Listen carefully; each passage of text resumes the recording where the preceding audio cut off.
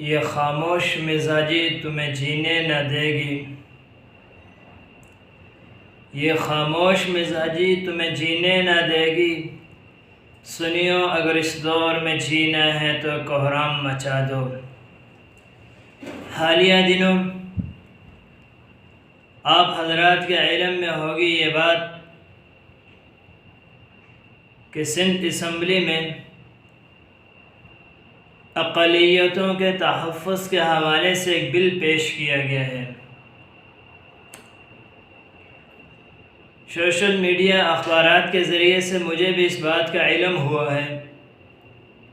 اور جب سے مجھے اس بل کے بارے میں علم ہوا ہے اس وقت سے لے کر آج تک ایک بے چینی اور اضطراب کا شکار ہوں کہ ایک ایسا بل پیش کیا گیا ہے جو قرآن و سنت، آئین پاکستان، اقوام متحدہ کے منشور،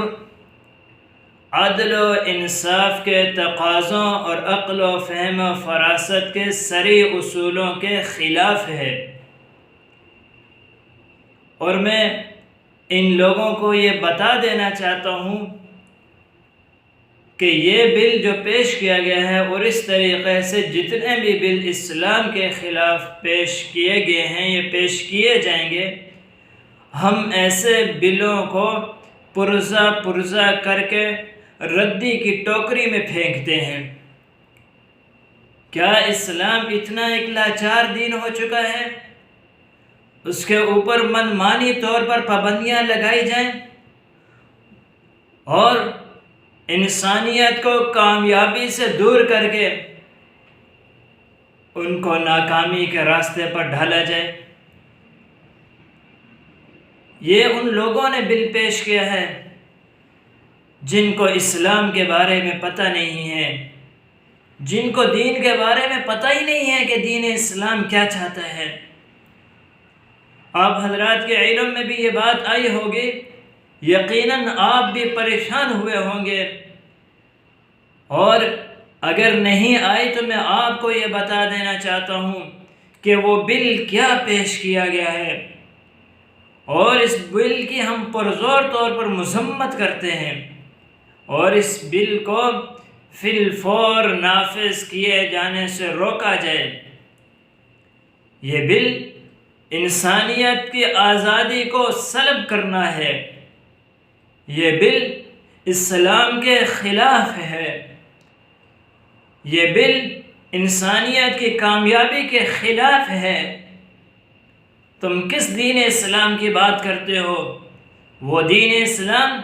کہ جس کے اندر آیا ہے لا اکراہ فی الدین، کہ دین اسلام میں کسی پر زور زبردستی نہیں ہے۔ تم اٹھ کر کے آج 1400 سال بعد آ کر کے کہتے ہو دین اسلام کے ٹھیکیدار بنتے ہو، نماز تک تمہیں صحیح نہیں آتی ہے، کلمہ تک تمہیں صحیح نہیں آتا ہے، سورہ اخلاص پڑھنی تمہیں نہیں آتی ہے، اور بات کرتے ہو دین اسلام کی۔ دین اسلام نے تو 1400 سال پہلے یہ کہہ دیا تھا وَلَا تَسُبُّوا الَّذِينَ يَدْعُونَ مِن دُونِ اللَّهِ فَيَسُبُّوا اللَّهَ عَدْوًا بِغَيْرِ عِلْمٍ، کہ تم ان غیر مسلموں کو، پیشواؤں کو، ان کے بڑوں کو، ان کے مقتدوں کو گالیاں مت دو، اس لیے کہ لا علمی میں وہ تمہارے خدا کو گالیاں دیں گے۔ تم اس دین اسلام کی بات کرتے ہو جو امن و امان، سلامتی، عافیت، آشتی اور بھائی چارے، محبت کا درس دیتا ہے۔ وہ ایسا دین اسلام ہے کہ جو آپس میں اخوت کا درس دیتا ہے۔ اس دین اسلام میں داخلے پر لوگوں کی پابندیاں لگائی جا رہی ہیں۔ انتہائی خطرناک بل پیش ہوا ہے سندھ اسمبلی میں، وہ سندھ کہ جس کو باب الاسلام کا نام دیا گیا ہے، اس باب الاسلام کی اسمبلی میں یہ بل پیش کیا گیا ہے کہ 18 سال سے کم عمر افراد کا اسلام قبول کرنا قابل تعزیر جرم ہے۔ ہائے ہائے، اسلام کا قبول کرنا یہ قابل تعزیر جرم قرار دیا گیا ہے۔ شراب ان کو نظر نہیں آئی ہے، جوا ان کو نظر نہیں آیا ہے، سود ان کو نظر نہیں آیا ہے، رشوت ان کو نظر نہیں آئی ہے، کرپشن ان کو نظر نہیں آئی ہے، لیکن اگر ان کو کوئی چیز نظر آئی ہے تو وہ یہ نظر آیا ہے کہ اگر 18 سال سے پہلے کوئی آدمی اسلام قبول کرتا ہے تو اس کا اسلام قبول کرنا قابل تعزیر جرم ہے۔ کتنا خطرناک قانون ہے۔ مزید آگے کہتے ہیں کہ اگر 18 سال سے پہلے کوئی آدمی اسلام قبول کرتا ہے باوجود مسلمان ہونے کے اس کو غیر مسلم تصور کیا جائے گا۔ اور تیسری شق اس بل کی یہ بھی ہے کہ اگر کوئی مسلمان اس نو مسلم کے ساتھ تعاون کرے گا، مدد کرے گا، تو اس کو جو ہے 5 سال یا قید عمر با مشقت کی سزا دی جائے گی۔ یہ اسلام، یہ وہ باب الاسلام ہے کہ جس کو فتح کرنے والا 17 سال کی عمر کا محمد بن قاسم رحمۃ اللہ علیہ تھے، جنہوں نے 17 سال کی عمر میں سندھ کو فتح کر کے ہمارے لیے جو ہے راستے کھول دیے تھے۔ آج اسی سندھ اسمبلی، باب الاسلام کی اسمبلی میں اسلام لانے پر پابندی لگائی جا رہی ہے، اور اس سندھ اسمبلی کے اندر بیٹھنے والے عام طور پر وہی لوگ ہیں جو اپنے آپ کو کہتے ہیں کہ ہم سید ہیں۔ میں بتا دینا چاہتا ہوں کہ سید امام السادات امیر المؤمنین حضرت علی رضی اللہ تعالی عنہ، جن کو وہ بھی مانتے ہیں، جن کو ہم بھی مانتے ہیں، انہوں نے اسلام کتنی عمر میں لایا ہے؟ 10 سال کی عمر میں حضرت علی رضی اللہ تعالی عنہ نے اسلام کو قبول کیا ہے۔ خدا کا شکر ہے کہ یہ لوگ اس زمانے میں نہیں تھے، ورنہ یہ تو حضرت علی رضی اللہ تعالی عنہ کے اسلام لانے پر بھی پابندیاں لگا دیتے، اور یہ کہتے ہیں کہ 18 سال کے بعد جو آدمی اسلام قبول کرنا چاہے گا اس کو پہلے جو ہے وہ ایڈیشنل سیشن جج کے سامنے درخواست دینی پڑے گی،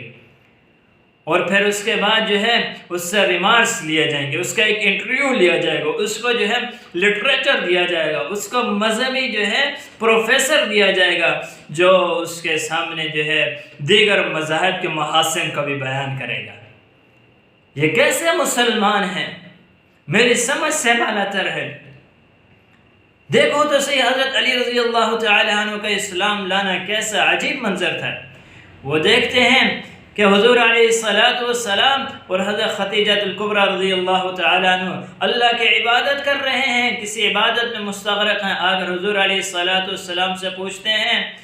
کہ بتائیں تو صحیح آپ کیا کر رہے ہیں، تو حضور علیہ السلام نے بتایا کہ مجھے اللہ نے رسول بنا کر بھیجا ہے، میں شرک و کفر کے خلاف ہوں، توحید کو لوگوں کی دعوت دیتا ہوں۔ تو حضرت علی رضی اللہ تعالی عنہ نے حضور علیہ السلام سے فرمایا چلو میں بھی اپنے ابا جان سے جا کر کے پوچھ لوں گا، اس کے بارے میں مزید معلومات کر لوں گا۔ میرے بھائی اور دوستو، اس وقت حضور علیہ السلام نے حضرت علی رضی اللہ تعالیٰ عنہ سے فرمایا علی نہیں، ایسا نہیں کرنا، ان کو جا کر کے نہیں بتانا، اور ہمارے یہاں کیا کہتے ہیں کہ اعلان کرنا پڑے گا، علل اعلان، مجمع کے سامنے بتانا پڑے گا، اس کو سیف ہاؤس میں رکھا جائے گا۔ اور حضرت علی رضی اللہ تعالیٰ عنہ سے حضور علیہ السلام فرما رہے نہیں، کسی اور سے بات مت کرنا، تم خود سوچو، جب تمہاری سمجھ میں بات آ جائے آ کر کے جو ہے اسلام قبول کر لینا۔ تو پھر انہوں نے کسی اور کے سامنے اعلان نہیں کیا، چپکے سے آ کر کے جو ہے وہ کلمہ پڑھ لیا اور دائرہ اسلام میں داخل ہو گئے، 10 سال کی عمر میں داخل ہوئے۔ وہ علی کہ جنہوں نے حضور علیہ السلام کے کندھوں پر سوار ہو کر کے 13 سال کی عمر میں بیت اللہ کی چھت پر بتوں کو توڑا تھا، بتوں کو گرایا تھا۔ ہم تو اس علی کے ماننے والے ہیں، اور آج تم کہتے ہو کہ اسلام قبول نہیں کرنا 18 سال سے پہلے۔ تمہیں پتہ نہیں ہے کہ حضور علیہ السلام سے زیادہ کوئی خیر خواہ اس دنیا میں ہے؟ ہرگز نہیں ہے۔ بانی پاکستان قائد اعظم محمد علی جناح رحمۃ اللہ علیہ نے فرمایا تھا کہ اگر تم غیر مسلموں کے ساتھ صبر اور ان کے ساتھ حسن سلوک کی مثال دیکھنی ہے تو وہ مغل بادشاہ اکبر سے نہیں دیکھو، اس کی مثال نہ دیکھو، اس کی مثال تو 13 صدی پہلے امام الانبیاء حضرت محمد مصطفیٰ صلی اللہ علیہ وسلم کی مثال دیکھو کہ انہوں نے غیر مسلموں کے ساتھ کیا رویہ اختیار کیا ہے۔ یہ حضور علیہ السلام سے زیادہ جو ہے اسلام کے خیر خواہ بن گئے، انسانیت کے خیر خواہ بن گئے ہیں۔ حضور علیہ السلام کی خدمت میں ایک یہودی بچہ چھوٹا سا آیا کرتا تھا، خدمت کیا کرتا تھا۔ کچھ دن نہیں آیا، پتہ چلا کہ وہ بیمار ہے۔ حضور علیہ السلام اس کے گھر تشریف لے گئے۔ وہ بیچارہ بالکل آخری حالت میں تھا، زندگی اور موت کی کشمکش میں تھا، وہ چھوٹا معصوم بچہ تھا۔ حضور علیہ السلام اس کو اسلام کی دعوت دے رہے ہیں اور اس سے یہ کہہ رہے ہیں کہ کلمہ پڑھ لے، لا الہ الا اللہ محمد الرسول اللہ۔ وہ چھوٹا سا بچہ ہے، وہ اپنے ابا جان کی طرف دیکھتا ہے، ابا جان اس کے پاس ہی کھڑے تھے۔ حضور علیہ السلام کی بات کے حامی کی طرف اشارہ کرتے ان کے والد نے اپنے بیٹے سے کہا کہ بیٹا جو یہ کہہ رہے ہیں وہ کر لو، کلمہ پڑھ لو تم۔ یہ چھوٹا بچہ ہے، ابھی نابالغ ہے، اور حضور علیہ السلام اس کو دین اسلام کی دعوت دے رہے ہیں۔ اور یہاں کیا کہہ رہے ہیں کہ 15 سال سے پہلے تو ہم نے اسلام کو قبول نہیں کرنا ہے۔ میرے بھائی اور دوستو، آپ حضرات سے یہ درخواست کی جاتی ہے کہ یہ بل سراسر اسلام کے خلاف ہے، مسلمانوں کے خلاف ہے۔ ملک پاکستان میں مسلمان اکثریت میں ہیں، لیکن آج ان کو اقلیت میں تبدیل کیا جا رہا ہے۔ اور میں سندھ میں جس کی گورنمنٹ ہے، سندھ گورنمنٹ سے یہ کہنا چاہتا ہوں، سندھ حکومت سے یہ کہنا چاہتا ہوں، اور خاص طور پر چیئرمین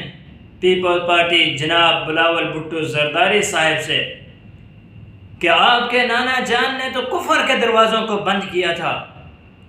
کفر کے دروازوں پر، ایوانوں پر ایسی کیل ٹھوک دی ہے کہ رہتی دنیا تک ان کی مثال قائم رہے گی۔ اور جو ہے وہ کہا کرتے تھے کہ میری سفارش کل قیامت کے محمد عربی صلی اللہ علیہ وسلم اگر کریں گے تو صرف اسی وجہ سے کریں گے۔ وہ شفاعت کے مستحق ٹھہرے ہیں کفر کے ایوانوں پر کیلیں ٹھوک کر کے، اور انہوں نے تو دین اسلام کے دروازوں کو کھولا ہے۔ جناب چیئرمین بلاول بھٹو زرداری صاحب، آپ بھی ان کے نواسے ہیں، آپ بھی ان کے نام لیوا ہیں۔ آج جو پیپل پارٹی میں رمق ہمیں نظر آ رہی ہے، میں 100% یقین سے کہتا ہوں کہ یہ بانی پیپل پارٹی ذوالفقار علی بھٹو مرحوم کی جو ہے یہ مرہون منت ہے، یہ ان کی قربانی کا نتیجہ ہے۔ اگر تم ان کی طرح اپنا نام روشن رکھنا چاہتے ہو اور اپنی پارٹی کو کامیاب بنانا چاہتے ہو تو پھر تمہیں بھی جو ہے ایسے ہی کام کرنے ہوں گے جیسے تمہارے نانا ذوالفقار علی بھٹو مرحوم نے کیے ہے۔ اور اگر تم یہ چاہو گے کہ ہم نام تو اسلام کا لیں، ہم نام تو پاکستان کا لیں، اور یہاں پر نظام جو ہے وہ کفار کا ہو، غیر مسلموں کا ہو، تو پھر میں پوری امت مسلمہ سے بھی یہ کہنا چاہوں گا کہ آئندہ الیکشن میں کراچی سے لے کر گلگت تک کوئی سنی بھی آپ کو ووٹ نہیں دے گا، کوئی مسلمان بھی آپ کو ووٹ نہیں دے گا۔ اور میں نے دیکھا ہے اپنی زندگی میں کہ جنہوں نے دین اسلام، شاعر اسلام کے خلاف قدم اٹھایا ہے، اللہ نے ان کو ذلیل اور رسوا کیا اور وہ کبھی کامیاب نہیں ہو سکے۔ اور تم بھی ایسے ہی ناکام ہوگے اگر ایسے بل پیش کرو گے۔ ہماری کسی اور سے جو اپیل نہیں ہے، ہمیں پتہ ہے کہ اور جو ہے جس لیول کے بندے ہیں یا جس معاشرے کے بندے ہیں یا جس سوسائٹی کے بندے، ہمارا ان سے کوئی تعلق نہیں ہے۔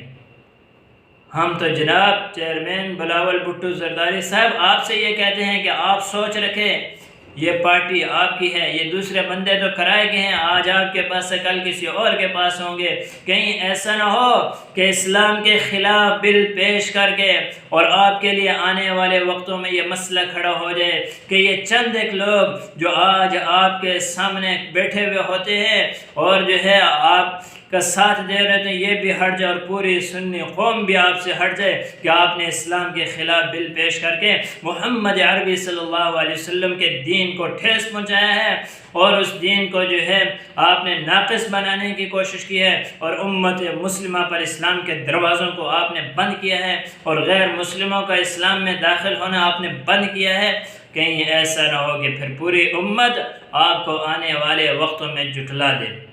اس لیے سوچ و فکر کرے۔ اور اس کے ساتھ ساتھ پرائم منسٹر آف پاکستان جناب عمران خان صاحب سے میری درخواست ہے، جو ریاست مدینہ کا نام لیتے ہیں، جو ایاک نعبد و ایاک نستعین سے اپنی تقریر کو شروع کرتے ہیں، جنہوں نے اقوام متحدہ کی اسمبلی میں پیارے پیغمبر صلی اللہ علیہ وسلم کی ختم نبوت کا دفاع کیا ہے، شاعر اسلام کا دفاع کیا ہے، میں ان سے بھی یہ کہنا چاہوں گا کہ ایسے بل کو فی الفور نافذ ہونے سے روکا جائے۔ کہیں ایسا نہ ہو کہ سنی قوم جذبات میں آ کر کے پھر ایک ایسا قدم اٹھا لے کہ جو آپ سے برداشت نہ ہو سکے۔ یہ وہ قوم ہے کہ جو مہنگائی کو برداشت کر لیتی ہے، جو بھوک اور پیاس کو برداشت کر لیتی ہے، جو اپنے جسم پر پتھروں کو باندھنا برداشت کر لیتی ہے، جو پھٹے پرانے کپڑوں کو پہننا برداشت کر لیتی ہے، جو کم تنخواہ پر گزارا کر لیتی ہے، جو 60 روپے لیٹر والا پیٹرول 125 روپے میں لینا برداشت کر لیتی ہے، یہ وہ قوم ہے کہ جو 55 روپے کلو والی چینی 110 روپے کلو لینا برداشت کر لیتی ہے، یہ وہ قوم ہے جو 30 سے 35 روپے کلو والا آٹا 70-75 روپے کلو لینا برداشت کر لیتی ہے، لیکن شاعر اسلام پر یہ قدغن ہرگز برداشت نہیں کر سکتی ہے۔ اس لیے آپ سے درخواست ہے کہ اس بل کو پوری قوم آپ سے اس بات کا مطالبہ کرتی ہے، پوری سنی قوم سے پوچھو کہ کیا اس بل کو وہ نافذ کرنا پسند کرتی ہے؟ ہرگز نہیں کرتی ہے۔ یہ آپ کے اسلام کے مسلمانوں پر جبر ہے، اکراہ ہے، ان پر تشدد ہے، ان پر ظلم ہے اور ان کو جو ہے بربریت پر چڑھانا ہے۔ اس کو روکا جائے۔